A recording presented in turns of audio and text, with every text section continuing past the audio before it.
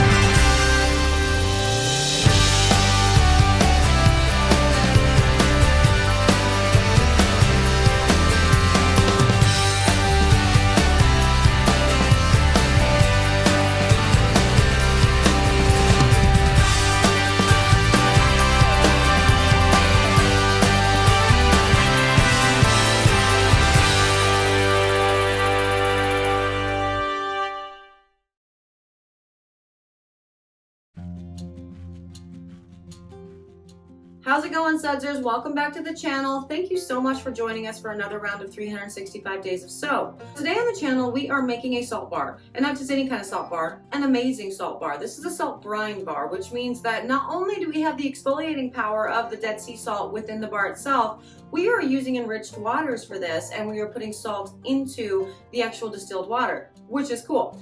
It is palm-free.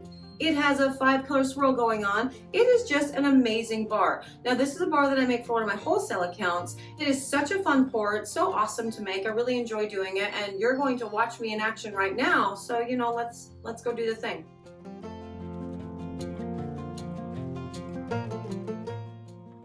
So today we are making salt brine bars. Now, this is a bar for a wholesale account that I do, and this particular account is a palm-free account. And so the oil recipe, the oil blend in this is completely without palm. Now we have subbed out babasu for palm, and we are also using coconut oil because I love coconut oil, and avocado oil because I love avocado oil, and argan oil because I have a lot of argan oil right now. So that's what, sort of guided this decision. And that is the oil blend. Now it's about a 50-50 split for this particular batch from hard to liquid oils. And the lye water itself, which, I'm sucking at these days, actually, guys, is a salt brine. So I have actually added salt to the lye water, and that's awesome, but I didn't show you that, and that makes me, sort of an idiot. But yeah, no, I'll do it. I'm a hot mess, guys. I don't know what I'm doing. Anyway, we have put the salt brine lye water into the oils, and we are going to hit that with the stick blender until it gets to emulsification. Now, this particular batch, this is a 4 or 5 color, it's a 5-color swirl that gets poured into a tray mold, each individual, round bars. And it also has salt as the exfoliant, which is super cool. So it's a scrubby bar. And the actual benefits of a salt brine bar, right? It's going to be really good for like sort of skin issues and, like bacterial issues and, fungal issues and dermatitis and those sorts of things. It's also a really good deodorizing bar. So if you've gotten into the deodorants, the natural deodorant type of movement thing, you know that with natural deodorants, they're awesome, but they're not as effective as, the aluminum based ones or whatever. And so your skin and your pH might be changing, and the smell of your skin might also be be changing as a result of the detoxing effectively. So a salt brine bar will really help out with that, as it tends to sort of help neutralize odors and helps restore your skin's pH kind of faster. Now, obviously, the salt within the bar itself as an exfoliant, that's used as an exfoliant, and so that's cool. Now, with this bar, we are doing an in the pot swirl, and the scent blend, the essential oil blend that goes into this guy, is meant to mimic like ocean spray, right? So it's very, very bright, it's very, very clean, it's very, very energizing, and I can't actually tell you exactly everything that's in it because, again, this is for a wholesale account, and I'm not giving out their blend because it's their soap. And at this point, we are going to split the blend that has the kaolin clay in that between all of the containers, and then we will do an in the pot swirl with this and pour it into the tray molds. Now, oh yeah, so that's the thing with the salt and things. And I use a fair amount of salt for this bar. The customer likes a good scrubby bar, and she also has multiple bars that do not have scrubby in it, so we want to make sure that her exfoliating bar is, super awesome. And yeah, we're ready to go. Let's pour.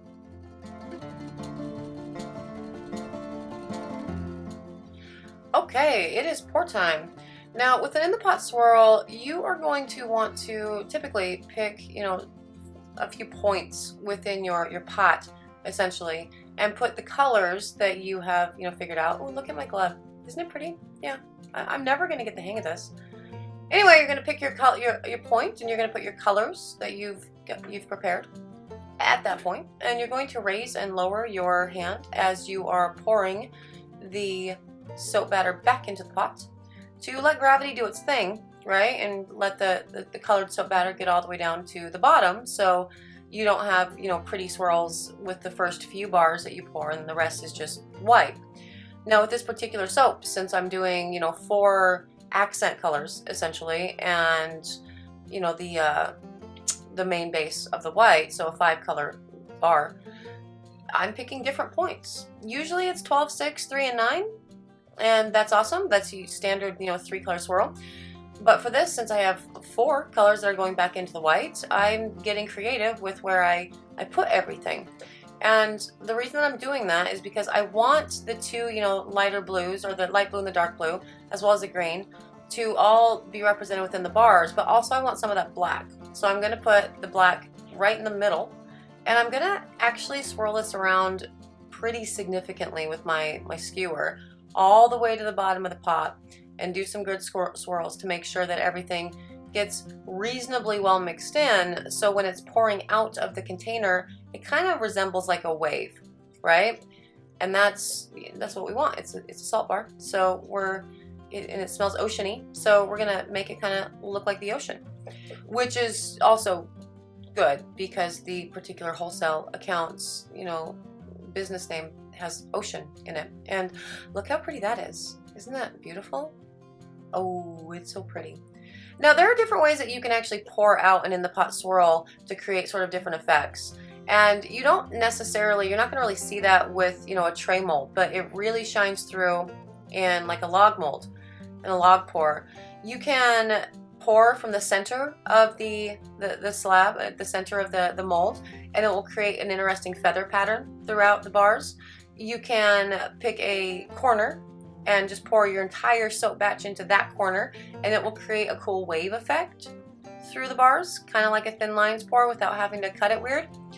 Or you can sort of just go all over, and you'll just get random, colors throughout and different swirls and lots of interesting, different patterns in each individual bar. It's totally dealer's choice. You can do whatever you want, whatever effect you're wanting to do. But yeah, there's a lot of different things that you can do with an in the pot swirl. Now, back to the salt brine thing, right? So obviously, again, salt brine, it's good for dermatitis and those sorts of things, and balancing your skin's pH and all that jazz. But it also ends up creating a harder bar, and the added salt, in addition to the actual salt that's put in it for exfoliation, can sort of inhibit lather, and I don't want that. So as a result, I actually put in more coconut oil than I normally do into, you know, my standard recipes to really increase that lather, because coconut oil is one of the oils that really does a great job with creating a really great bubble. And as a result, I'm soaping low too, so I'm soaping at about 75 degrees. The batter can get kind of thick, kind of fast. And so the end result of these bars ends up being kind of thick. And that's okay, because, you know, they still look beautiful and they're all different. Now, yeah.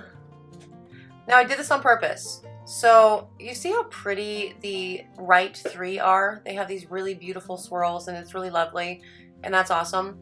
For the last like 6 that I poured, I decided to go ahead and scrape off the tops to show you the sort of benefits of scraping a top versus, you know, having to plane a top later, and what the ultimate difference is when you start playing with the top of a soap in a tray mold. So we will get to see both of those tomorrow after this has gone through gel phase and, you know, been C-popped.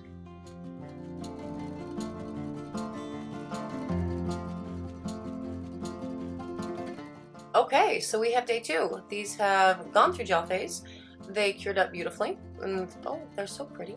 Look at that, it's lovely. I love the pattern that you can see sort of throughout all of the bars. And now this guy is one that I scraped off the top and sort of smoothed out the top, and it's cool. It's very flat. I don't have to plane that, so that's great. I like that. But the top pattern isn't nearly as cool as, you know, the top pattern on the ones that I didn't scrape off. So, you know, so much of this channel is really about showing you guys the things that, the questions that you will ask yourself throughout this process, like, what if I do this? Well, this is what if you do this. What if I take a spatula to this beautiful design on top of my bars? Well, it's going to muddy it. It's going to make it easier to, you know, stamp and get ready to go, but it is going to legitimately muddy the you know, the look of it. And I don't know, you tell me which ones you prefer. And do you like the smooth top ones, or do you like the ones that have a little bit more texture and variety to the top, even though it's not, you know, smooth and necessarily ready for sale? So which bar did you end up preferring? We have the 2 options there, right? We have the craggy top with the beautiful design still on the top of the bar, which of course I would have to plane off in order to get the stamp of the wholesaler onto it. And we also have the one that I had smoothed out, which gave it a more muted look. I really can't decide. I like both of them, and so, you know, I deliver both of them to the client, and then they ultimately tell me which one they prefer. But yeah, no, again, it's such a fun pour. This is one of the wholesale accounts I really look forward to filling orders for. I mean, obviously I look forward to filling orders for all of them, but this particular design is a constant and it's delightful. The lather itself on this, you have the salt, which can make a creamier lather, but then we have to put in the coconut oil, which really up the lather. So it's just a delightful bar all around. And plus exfoliating, which is good. Thank you so much for joining us for another round of 365 days of soap, guys. Again, like, you're here. I appreciate you. It's been so much fun and such an awesome experience. So I want to, you know, keep doing it. So that's where I need you to subscribe and do the thing. And that's awesome. You can find me on all social media. I'm on Facebook, Instagram, Twitter. You can find this particular bar with a drop in the ocean, which I will link below. And yeah, thanks for coming along for the ride today, guys. And I will see you tomorrow. Bye.